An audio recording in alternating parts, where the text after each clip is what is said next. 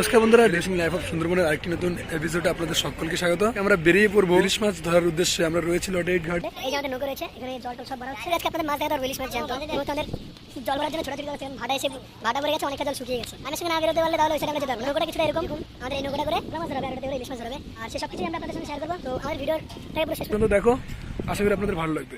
তো চলো বন্ধুরা, এটা হচ্ছে আমাদের লটেটের এলসিডি ঘাট। সামনে যেটা দেখছেন সেটা হচ্ছে একটি বিশাল আকৃতির একটি গাড়ি পারাবার লঞ্চ। আর আপনাদের বলে রাখি, শীতের মৌসুম শুরু হওয়ার ঠিক 1 মাস পর আমাদের এখানে গঙ্গাসাগর স্নান শুরু হয়ে যায়। সময়টা তখন পৌষ মাসের শেষ তারিখ এবং মাঘ মাসের ঠিক 1 তারিখ। এই দুটি দিনের জন্য পুরো বছরের অপেক্ষায় থাকতে হয়। পৌষের স্নান এবং মাঘের স্নানের জন্য এখানে ভারতের সব জায়গা থেকে তীর্থযাত্রীরা আসেন এবং বছরে না হলে 40 থেকে 50 লাখ লোক তীর্থযাত্রীরা স্নানের জন্য এসে থাকেন। সামনে যে মেশিনটাকে দেখছেন এটার নাম হলো ড্রেজার। আপনাদের বলে রাখি, এই মেশিনটাকে কেন এখানে রাখা হয়। আসলে এই মুড়িগঙ্গা নদীতে প্রচুর পরিমাণে পলি মাটি জমে গিয়ে চড়া তৈরি হয়, যার কারণে লঞ্চ চলাচলে প্রচুর সমস্যা দেখা দেয়। আর এই চড়া থেকে বাঁচার জন্য ড্রেজার মেশিনের ব্যবহার করা হয়। এই ড্রেজার মেশিন চড়া কেটে নদীকে গভীর করে এবং সেই পলি মাটিকে অন্য জায়গায় স্থানান্তরিত করে। বুঝতে পারবো আমরা কি করে মাছ ধরে। তো গাইস, এখন আমি নৌকাতে উঠে পড়বো। নৌকা উঠে বললাম বন্ধুরা, দেখো কিছুটা দেখতে এরকম দেখা যাচ্ছে।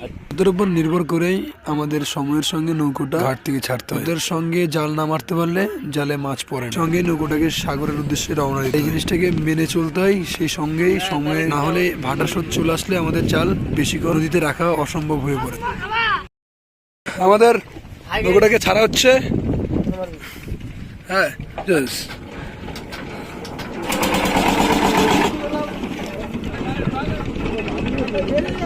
আজ আমরা বেরিয়ে যাচ্ছি মুড়িগঙ্গা নদীতে মাছ ধরার উদ্দেশ্যে। শীতের মরশুমের ইলিশ ধরতে অনেক কষ্ট হয়, কেননা এই সময়ে প্রচুর পরিমাণে কুয়াশা পড়ে, যার কারণে আমরা কিছুই দেখতে পাই। তবে মাঝির দীর্ঘ অভিজ্ঞতার কারণে জাল ফেলে মাছ ধরে নিয়ে আসে ঘাটে।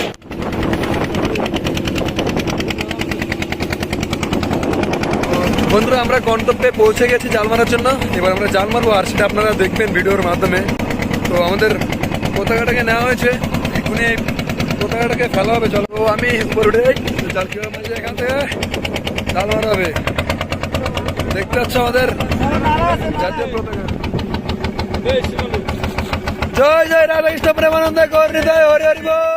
আপনাদেরকে বলে রাখি, কালো রঙের যে পতাকাটি জলের মধ্যে ফেলেছে সেটা এই কারণেই দেওয়া হয়েছে, যাতে করে আমরা আমাদের জাল অনেক দূর থেকে দেখতে পাই এবং আমাদের জালটাকে যেন অন্য ট্রলার বাড়ি দেখতে পাই, তার জন্যই কিন্তু দেওয়া হয় এই পতাকা। এই জালের উপর দিয়ে যদি কোনো বড় ট্রলার বা জাহাজ চলে যায় তাহলে জাল ছিঁড়ে যায় সম্ভাবনা অনেক বেশি। আর আপনাদের বলে রাখি, ইলিশ মাছ খেতে যতটা স্বাদ ততটাই এই মাছকে ধরতে কঠিন। সাধারণত ইলিশ মাছকে আমরা রূপালী ইলিশ মাছ নামে চিনে থাকি। আর আপনারা তো জানেন, ইলিশ মাছ হচ্ছে বাংলাদেশের জাতীয় মাছ। ইলিশ মাছ 2 প্রজাতির হয়ে থাকে, এক হচ্ছে সবার প্রিয় রূপালী ইলিশ এবং 2 হচ্ছে চন্দনা ইলিশ। এই ইলিশ মাছ বর্ষার সিজন 4 মাস হয়ে থাকে এবং শীতের মরশুমে 2 মাস হয়। তবে বর্ষা সিজনের ইলিশ মাছের সাইজ শীতের তুলনায় অনেকটাই বড়। বর্ষা সিজনে ইলিশ মাছের ওয়েট থাকে 500 থেকে 700, 800, 1 কিলোরও তার অধিক।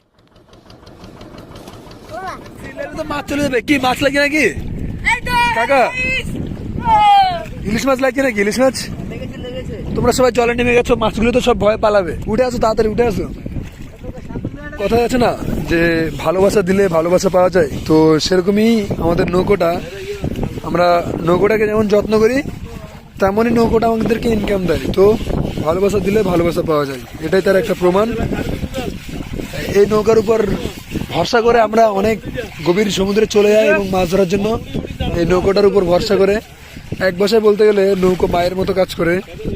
একটা কথাই আছে জেলেদের, যে ওনারা বলে মা রাখে 10 দিন 10 মাস, আর নৌকো রাখে চিরদিন, এরকমটা ওনারা বলেন। মার আগে 10 মাস 10 দিন নৌকার আগে ছিঁড়ে দিয়ে বন্ধুরা সব জিনিসের একটু যত্ন বাবা ঢুলে ঢুলে পরে যাচ্ছে, নৌকাটা নড়ছে তো এই জন্য। তাহলে শুনতে পেলেন যে মা রাখে 10 মাস 10 দিন, নৌকো রাখে চিরদিন। এটা হচ্ছে জেলেদের একটা ইন্সপিরেশন গল্প বলতে পারেন, যারা জেলেদের মেন কথা। তোমরা জলে কেন নেমেছিলে? আমরা মাছ ধরা হয়েছে জীবন যুদ্ধ, আমাদের জীবিকার টানে আমরা জল নেমেছি। আমাদের জীবিকার টানে আমরা জল নেমেছি। জীবিকার টানে জলে নেমেছে। আমাদের জাল শেষ হয়ে এসেছে, আর অল্পের মধ্যে আপনারা দেখতে পাচ্ছেন আমাদের জাল শেষ হওয়ার মুখে একটু সমস্যা হয়েছিল, কারণ আপনারা দেখেছিলেন চড়ার মধ্যে আমাদের নৌকোটা ঠেকে গেছিল জল কম হওয়ার কারণে, যার কারণে আমাদের জাল মারতে বহুত সময় লেগে গেছিল। আর তার সঙ্গে প্রচুর পরিমাণে বাতাসও চলছিল, এই বাতাসের কারণে আমরা জাল মারতে পারিনি। দেখুন, আমাদের জাল সম্পূর্ণভাবে মারা হয়ে গেছে। গঙ্গা মা কি কাছে যাচ্ছি, দেখুন কিভাবে সবাই ভালো আছেন? মাসুদ এই ভাই নাই এই ভাগো। মাসুন ধর ভাই না। সকাল থেকে ঘর থেকে বেরোনো পর্যন্ত আমরা কিছুই খাইনি, তো এখন সময় হয়েছে ভাত খাওয়ার। জাল মেরে দিয়েছেন, থালাগুলোকে ধরা হচ্ছে। তো কাজেই কথা বলতে বলতে অনেক দেরি হয়ে গেছে ভাত খাওয়ার। এই যে আমাদের ভাত, আমাদের সেই ডুপ্লিকেট ভাগি ভাত রান্না করছে। দেখো কি অবস্থা করে দিচ্ছে, দেখছো? আই কি রে, ভাতের জল লাল হয়ে গেছে কাপ। ভাত কে বানাইছে কোথায় নি? বড় বাদ হয়ে গেছে দেখি বইটা বাদ দিতে বানাই। রতন ফাইল বানালা, ফাইল বানালা। রিয়েলাইজ আরে একটু ইউটিউবার করে দেখা দাও সবাই রে। এই যে ভাত পুরো ফেলাইছে নতুন ভাগি চপ ঠিক আছে না দেখেন শুধু ভাত খাওয়ার মানে ভাত খাওয়ার যে প্লেট গুলো দেখুন শুধু একবার। কেউ কড়াইয়ে, তো কেউ হাড়িতে, কেউ থালাতে, মানে কি বলবো। তো guys, ইলিশ মাছ পাঠিয়েছে বাড়িতে। তো আমরা ইলিশ মাছ দিচ্ছি সব জায়গায়। তো বন্ধুরা, আমরা সকালে প্রায় 12টা বেজে গেছে। প্রচুর পরিমাণে সময় লেগে গেছে আজকে ভাত খাওয়াটাতে। তো এই যে আমি কৃষি খাচ্ছি, একবার দেখো শুধু, দেখতে পাচ্ছ বন্ধুগণ? ভাত বসিয়ে দিয়েছি আমি। তো ভাত বসিয়ে দিয়েছি, দেখো দেখতে পাচ্ছ তোমরা এখানে। এই যে গ্যাস সিলিন্ডার সবকিছু মোটামুটি ঠিকঠাকই আছে। আর দুপুরের ভাতটা খেতে পারিনি, সে সকালে ভাত খেয়েছি। আর কি বলবো, মাছটা যে দানাটা খুব ভালো পাইনি যদিও বা, তাই মাছের ভিডিওটা করি। তবে বিকেলবেলা মাছের ভিডিওটা তোমাদের করে দেখাবো, অবশ্যই ভালো মাছ দেখাতে পারবো, পুরোপুরি আশা রাখছি। এই যে ভাত, তো এদিকে তো আমি আমার রান্নাটা সারাচ্ছি, ভাত বসিয়ে দিয়েছি, ভাত হয়ে এসছে। আর এইদিকে কি মাছ কাটছে দেখো, ইলিশ জালে। ইলিশ জালেটা বলে এই মাছ নাই খায়, ইলিশ মাছ, চটপটি মাছ, এসব খাওয়াবে নাকি আজকের? এগুলো সব দেখতে পাচ্ছ গাইস, কত মাছ দেখেছো? এই সব মাছ আমরা খাবো আজকের, অনেক মাছ, মানে 2 কেজি মাছ আছে এখানটায়। আর বাঁশ পাতা এই সবে জাল টেনেছি, আর সবে মাছগুলোকে ট্রেনের মতো জ্যান্ত জ্যান্ত কাটাকাটি শুরু হয়েছে।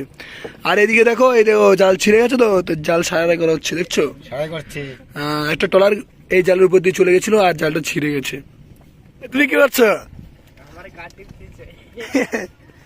ওটা আমাদের মনে হয় সেকেন্ড মাঝি মনে হয়, দেখা যাইতেছে তো। এই দেখো, তো রান্না বান্না কি করছে সেটা তোমাদের অবশ্যই দেখাবো। তো এখন তো আপাতত ভাতটা হয়ে এসছে, এবার বাস তরকারিটা বসিয়ে দেবো, মাছটা কাটা হয়ে গেলে। দেখো আমার ভাত রান্না হয়ে গেছে, এবার আমি ভাতটাকে নামাবো। কিভাবে ভাতটা নামাচ্ছি, তো সবার আগে এখান থেকে ভাতটাকে নামিয়ে নেবো আমি।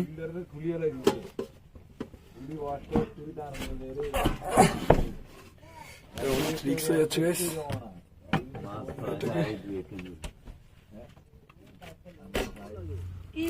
আমার কথা না এগুলো না, এটা কি আর ওদিক যাচ্ছে না নাকি? না তো বারাম কেমনি মারে মা সাইজ সাইজ ওটা হ্যাঁ, কোন সাইডে এই ফ্যান জরামু ভাতের আমাদের ভাত হয়ে গেছে।